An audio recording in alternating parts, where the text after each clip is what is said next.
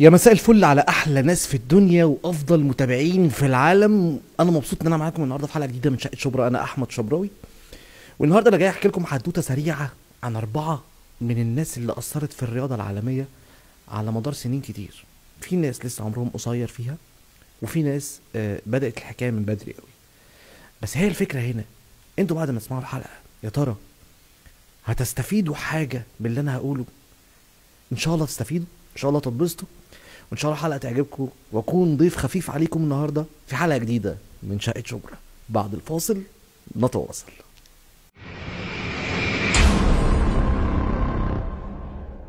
النجاح مش بس مكان انت عايز تروح له، النجاح عامل زي رحله مليانه حوادث وكوارث ونصيب حلو من النضال والرفض والوقوع والمشاكل وكل التفاصيل دي. اهم حاجه ان تفضل رجليك تبقى ثابته وعينيك تبقى على احلامك، لانك في يوم هتعملها وهتوصل. النهارده هحكي لكم على 4 نماذج هرتبها لكم كده من الاقدم والاكبر، حياتهم تتعمل افلام حرفيا، مروا بتفاصيل واحلام لحد ما بقوا الافضل، او زي ما بنقول زي الغرب كده ذا جوت. وكلمه جوت هي اول 4 حروف من جمله جود اوف اول تايم، عشان لو ما كنتش تعرف، بدل ما انت كل شويه تقول على ميسي كابتن ماذا وانت مش فاهم اي حاجه. البدايه هتكون مع اعظم لاعب كره سله في تاريخ اللعبه، مايكل جوردن. احلامه بدات لما كان لسه في تانية ثانوي، كان شايف نفسه هيكون لعيب سله عالمي، واول فريق راحه كان اسمه فارسيتي، وبسبب مشاكل عنصريه ومشاكل في طوله ومهارات تخص اللعبه اتطرد من الفرقه بعد وقت قليل، وده سبب له ازمه نفسيه وقتها ومراحل اكتئاب مش هينه تماما. كان بيخش الدولاب بتاعه يفضل يعيط ومستخبي من الناس ومش عايز يتعامل مع اي حد خالص. هو خد شويه وقته، مع انه كان لسه نفسيا مش جاهز لاي خطوه جديده، الا انه قرر وقال بقى شويه عيال طريه زي دي تعطلني على اللي بحلم بيه؟ لا يا باشا انسى، مفيش الكلام ده. وقرر فعلا يتمرن في فريق اسمه جي في في وقت الاستراحه بين كل موسم. كان بيتمرن لوحده، وكان بيتمرن بشكل مرعب عشان يثبت للجميع ان انا اتزجهت. وفعلا قدم في فريق الجامعه بعدها بشويه واتقبل وبقى اجمد لعيب فيهم، وعمل فريق اسمه اول امريكان، وقدر بنجاحه في اللعبه ياخد منحه جامعيه. مايكل جوردن كان دايما بيقول انك لازم تطور عقليتك للنجاح، حاجات بسيطه تقدر تخليك تنجح اسرع، زي انك تتعب عشان حلمك، اخلاقك وانت بتحاول توصل. طول ما انت راجل شريف ومش عايز تركب على تعب حد تاني، ده هيسهل لك امور كتير جدا. روح الجماعه وروح التنافس، الاتنين لو اتطبقوا بشكل كويس هيوصلوك كويس قوي وسريع قوي قوي. انت بقى حضرتك مستنيني طبعا احكي لك على شويه مآسي وجراح عدى بيها مايكل جوردن عشان يوصل للي وصل له؟ اقول لك لا يا عزيزي، مايكل جوردن كان انسان نقي ومن جواه نضيف، وربنا اداله على قد نواه. نجح عشان كان بيحب الخير للكل وما خلاش اي حاجه تاثر عليه، لانه كان مصمم ان هو ينجح. صاروخ ماديرا. كريستيانو رونالدو سنه 85 في جزيره ماديرا في البرتغال اتولد واحد من اهم الرياضيين في العالم. اتولد في عيله فقيره جدا جدا جدا، وظروف تحت الصفر. اوضته متقسمه عليه هو و3 اخوات، واللي بينام على الارض واللي بينام جنب الحيطه واللي بينام هنا واللي بينام هنا. الموضوع كان صعب جدا، ما كانش بيبقى فيه فلوس يجيبوا اكل وشرب، مش مجرد بس يجيبوا له حته كوره يلعب بيها في الشارع مع اصحابه.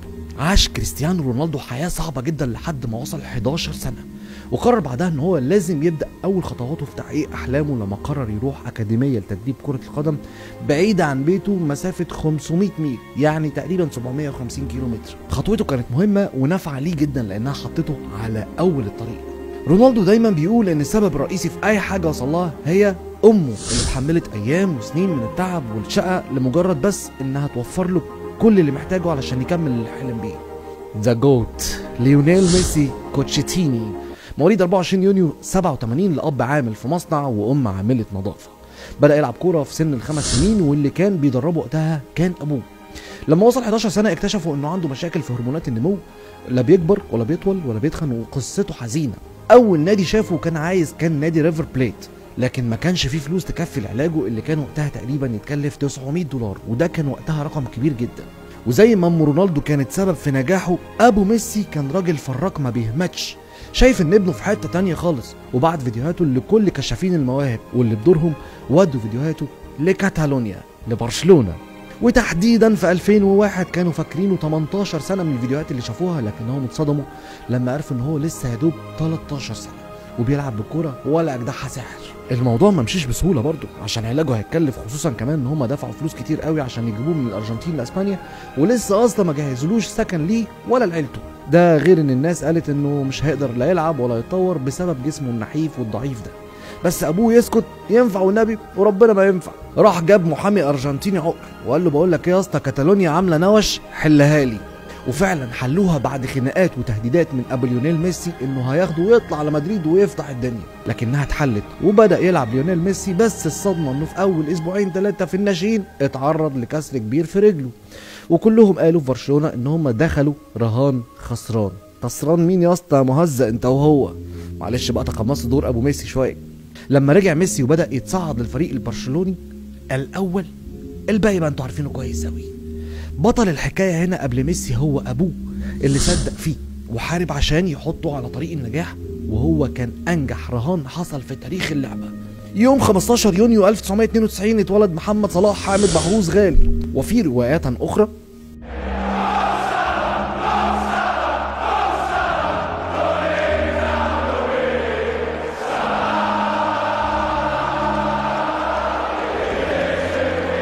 بلد صغيرة اسمها نجريج مركز بسيون في محافظة الغربية. كان عندنا زمان كده بطولات رياضية بتتعمل في الصالات المغطاة، أهمها دورة كان اسمها دورة بيبسي، وكانت على مستوى مصر كلها. دورة كان فيها التنافس وجماهير والأدرينالين كان فيها عالي جدا. أهي دورة بيبسي دي بقى كانت بداية ظهور أبو صلاح. صلاح ما اتولدش في بقه معلقة دهب ولا اتدلع ولا اتروق، هو اتروق بس بالمعنى التاني اللي انتوا فاهمينه طبعا. بس تعالى أقول لك بقى تفصيلة مهمة عن دورة بيبسي دي. دورة بيبسي كانت بتختار لعيبة موهوبة عشان تساعدهم يلعبوا كرة قدم حقيقية. طب وقتها دورة بيبسي كان مشارك فيها كام طالب على مستوى جمهورية مصر العربية؟ 1,000,000 طالب بالتقريب. متخيل 1,000,000 طالب؟ اختاروا منهم 70 طالب بس كان منهم محمد صلاح. بس عايز اسألك سؤال يا صديقي العزيز، هل سمعت عن ال 69 طالب التانيين اللي ظهروا مع محمد صلاح او اللي اختارتهم بيبسي علشان يظهروا للنور مع محمد صلاح؟ ما افتكرش. يبقى صلاح دخل اختبارات مع 1,000,000 لعيب كورة وهو الوحيد اللي نجح، ودي كانت ضربة البداية اللي صلاح نفسه وقتها ما كانش متخيلها. وبعدين يا عم احمد ايه اللي حصل؟ اقول لك يا سيدي انا بقى ايه اللي حصل. اللي حصل يا سيدي ان عشان يروح يتمرن في ناشئين المقاولين العرب كان بيركب 5 مواصلات يوميا، تخيلها انت بقى. والمسافة من الغربية للقاهرة 121 كيلو بالتقريب، اضرب في 2 عشان خاطر الروحة والجاية، يعني 242 كيلو في نصهم تمرين، قول مثلا ساعتين، ومرقعة عند بتاع الكشري وعصير قصب قول ساعة. يعني تقريبا صلاح عشان يحضر تمرينة في اليوم كان بياخد من 8 ل 10 ساعات في البهدلة وفي السفر يوميا. طب حد كان بيوديه ويجيبه؟ لا.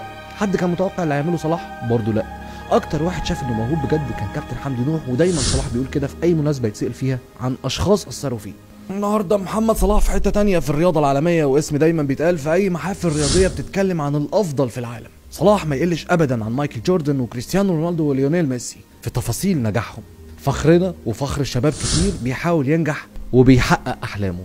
فكرة انك عايز تكون ناجح في حد ذاتها رزق كبير من ربنا بيديلك الهمة والقناعة انك تحاول توصل لاحلامك مهما كانت الدنيا ضلمة في وشك. اتأكد ان ده رزق مش اي حد جدير بيه. وانا من مكاني هذا احب اقول لكم ان شاء الله وبتسهيل ربنا يا رب يا رب يا رب اعمل اللي محدش في مصر عارف يعمله. ان شاء الله هننجح، ان شاء الله هنوصل. اشوفكم الحلقة الجاية. تحياتي من شقة شبرا، احمد شبراوي.